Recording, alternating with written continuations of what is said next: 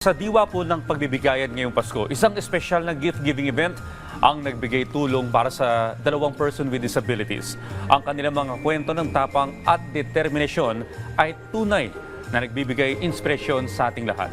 Samahan niyo po kaming maghatid ng pamasko sa kanila. Panoorin po natin ito.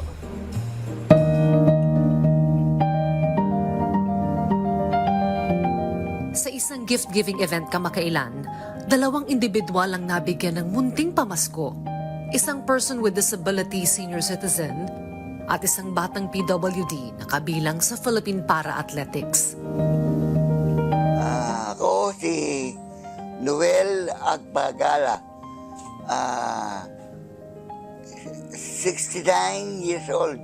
Matagal na ako rito sa lugar na to, 1960 pa. Year 2000, tigil na ako sa pagtitinda. Kaya from year 2000 up to this year, wala akong trabaho. Matagal nang may kapansanan si Tatay Noel dahil sa impeksyon sa kanyang kanang paa. Hindi na siya nakatayo at nakapaglakad. Naging pahirap pa nang atakihin siya ng stroke na nakaapekto sa kanang parte ng kanyang katawan at sa kanyang kidney. Sa kabila ng kanyang kapansanan, patuloy siyang nagsusumikap araw-araw upang mabuhay. Dumating ang pagkakataon na nangalakal siya para lang magkapera. At that time, wala na akong pirming trabaho. Dito lang sa bahay, nagkakalakal. Samantala, nabigyan din ng tulong isang 21-year-old na may kapansanan na si Rama Beatriz. 19 years na po akong PWD. Isa po akong Philippine athlete. Ang sport ko po ay para-dance sport, wheelchair dancer. Sa kabila ng kanyang kondisyon, hindi ito naging hadlang para abutin ang kanyang pangarap. Ibinahagi rin ni Bea ang labis niyang kasiyahan na makapunta sa ibang bansa at maging kinatawan ng Pilipinas. Nakarating na siya sa Taiwan, Italy, Japan, Slovakia at iba pang lugar dito naman sa bansa. Bata pa lang po ako, pangarap ko na po sumayaw. Kahit di pa po ako nagiging ganito, pangarap ko na po sumayaw.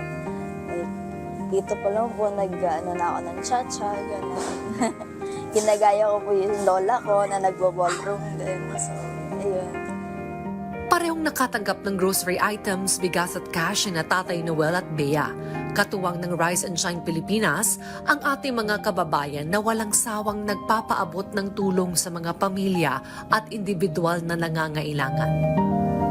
Salamat po sa mga grocery, salamat po sa bigas, sa nag-facilitate ng mga bagay na ito. Biligyan nila ako ng pambili ng gamot. Makakatulong sa amin sa ngayon. Thank you po sa mga nagbigay. God bless po sa inyo. Maraming salamat po sa Uniteam. God bless po po. Thank you po. Hello Philippines! Mabuhay! In behalf of Kurume Volunteer Groups, sana nga pasaya namin kayo sa aming munting handog. Merry Christmas! Ang kwento nila Tatay Noel at Bea ay simbolo ng katatagan at pag-asa. Isa rin itong paalala sa atin na sa kabila ng mga pagsubok, laging may liwanag na nagmumula sa pagtutulungan at malasakit sa isa't isa.